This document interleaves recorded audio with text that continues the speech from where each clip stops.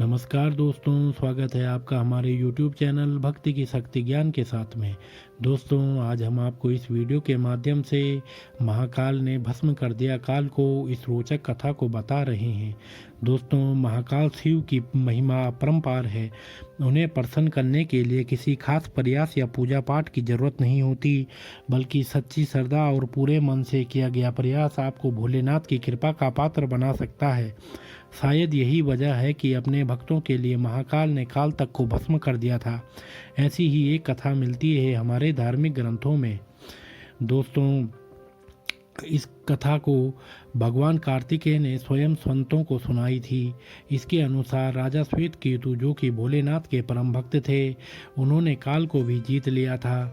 राजा श्वेतकेतु सदाचारी, सत्यवादी, धर्म के मार्ग पर चलने वाले सूरवीर और प्रजापालक थे। वह अत्यंत ही निष्ठा और प्रेम भाव से प्रजा का पालन और अगाध आस्था और श्रद्धा भाव से शिव भक्ति करते थे। उनकी इस भक्ति भाव से महाकाल अत्यंत प्रसन्न थे। उनकी कृपा से श्वेतकेतु के राज्य के लोग दुख, दरिद्रता, अकाल मृत्यु और महामारी से अछूत थे। एक दिन जब राजा श्वेतकेतु का जीवन काल समाप्त होने को था और वह भोलेनाथ की आराधना में लीन थे, तब चित्रगुप्त ने यमराज से कहा कि राजा श्वेतकेतु की आयु अब पूरी हो चुकी है, अब उनके प्राण हरने का समय है। तब यमराज ने अपने दूतों को आज्ञा दी कि वे जाएं और श्वेतकेतु के प्राण हर लाएं। यमदूत राजा श्वेतकेतु के पास पहुंचे तो वह शिव मंदिर में थे। दूत बाहर ही खड़े हो गए। श्वेतकेतु गहरे ध्यान में थे। बहुत देर हो गई, न श्वेतकेतु का ध्यान टूटा न यह दूत हिले। दूत बिना अपना काम किए खड़े रहे।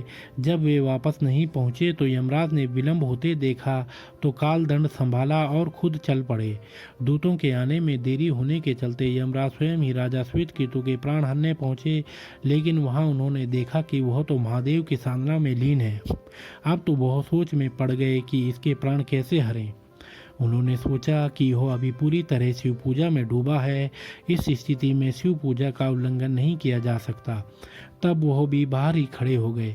उधर जैसे ही काल को इसकी सूचना मिली तो उन्होंने तलवार निकाली और शिव मंदिर में जा घुसे। काल ने देखा कि राजा श्वेतकेतु अभी भी भगवान शिव के लिंग स्वरूप के सामने बैठे ध्यान मग्न है। वह झपट कर आगे बढ़ा और जैसे ही उसने राजा श्वेतकेतु का सिर काटने के लिए तलवार उठाई, शिव ने अपना तीसरा नेत्र खोलकर काल की ओर देखा। भोलेनाथ का तीसरा नेत्र खुलते ही काल वहीं राजा श्वेतकेतु के सामने जलकर भस्म हो गया।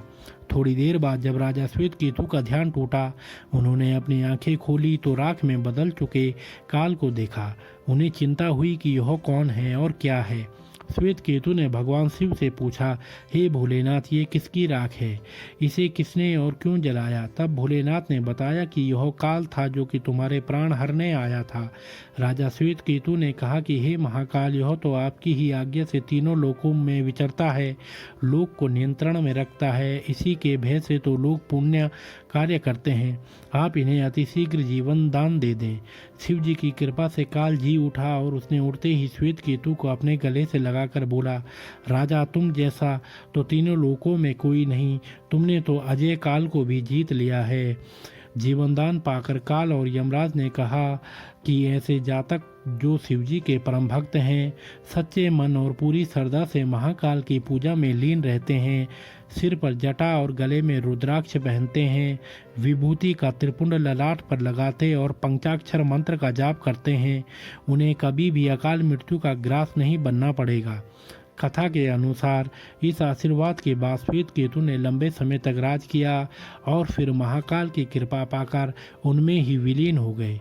तो दोस्तों, अगर आपको यह वीडियो पसंद आया हो तो आप हमारे चैनल को लाइक, कमेंट, शेयर, सब्सक्राइब अवश्य करें और बेल आइकन दबाना ना भूलें, जिससे हमारे आने वाली सभी वीडियो आप तक समय से पहुंचती रहेंगी। तो आप सभी का बहुत बहुत धन्यवाद मित्रों।